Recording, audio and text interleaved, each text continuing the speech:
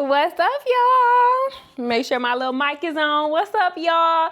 So I am going to answer a question from the comments, okay?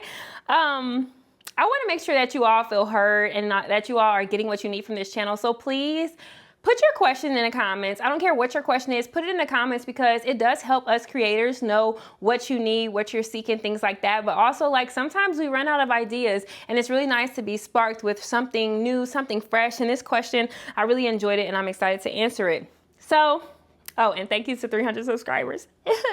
Okay, so this question says, I have a high school student weighing options on the best route to take. Associates versus bachelor's degrees. Can you provide guidance? Is it worth getting the bachelor's degree? Does it provide better pay in the long run? Also, in your experience, are there opportunities for a high school senior to observe a sonographer? Thanks in advance. So that's the question. That's the question I was putting in my comments.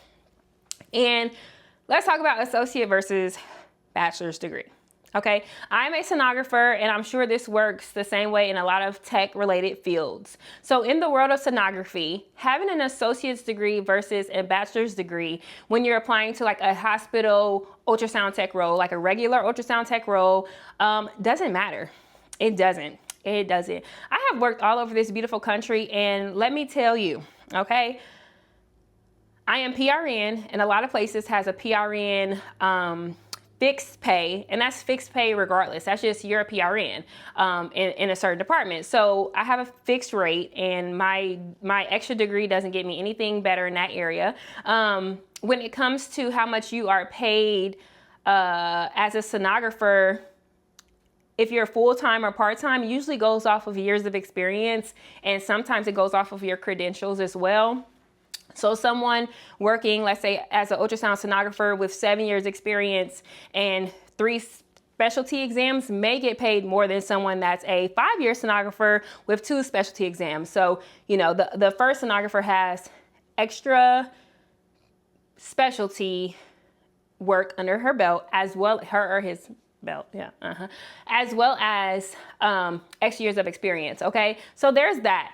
The only thing I can say when it comes to bachelor's versus associates is like a leadership role. So there was a leadership role at my hospital that's come open a few times, and they actually put in that leadership role that they want you to have a bachelor's degree. So if you want to be a lead sonographer in a decent amount of hospitals or even a radiology manager, they might say that they need you to have a bachelor's degree or even sometimes a master's degree. So having that bachelor's degree helps you in that area. It also helps you when it comes to teaching. Okay, some schools, like community colleges, things like that, they may not allow you to be an educator if you are a person with only an associate's degree. Now, they may allow you to do clinical instruction, but they may not allow you to do the actual like educational portion because you don't have that bachelor's degree. So if you want to work in a hospital, you want to be a travel sonographer, you want to work, let's say, with like ultrasound equipment, then associate's or bachelor's degree is fine. But if you want to be a leader, radiology manager, or you want to be like an educator, a dean, things like that, then you probably should go ahead and prioritize getting your bachelor's degree. But you could get your associates now, okay? Get you a job, and then you can allow that job to help you fund your bachelor's degree and go back for it later when you see fit. You don't have to start off with that bachelor's, baby. You don't. And sorry, I talk very like, you're my friend, you're my family. So saying baby, things like that is just like endearment words for me. So then it says, can you provide guidance? So that was the guidance. Is it worth it getting a bachelor's degree? I'm grateful to have my bachelor's degree. I feel like is it worth it is a perspective question. I feel like it's worth it for me because I know that whether I want to be in leadership, education, or just regular ultrasound, me having that bachelor's degree, like, I don't have to go back and get it later, things like that. So it's worth it to me. And I also had a full ride scholarship. So it was free for me to get it. If it's not free for you to get it, it may not be worth it for you to get it. And I don't blame you, baby. I do not blame you. The next question is, does it pay better in the long run? I answered that as well. Now, the next question, the last one that I want to answer is, are there opportunities for high school students to observe in sonography, yes, yes, yes, yes, yes. So when you apply for ultrasound programs, at least the ones that I'm familiar with, you do have to observe as part of your application process to get into the program. And with that, I've mentioned in my other videos, I highly recommend that you observe and observe in multiple areas. Observe echo, observe OBGYN, observe vascular, observe general, okay? Observe all the different areas because it'll allow you to get a sense of like what works best for you. What do you see yourself doing? What do you feel called and connected with?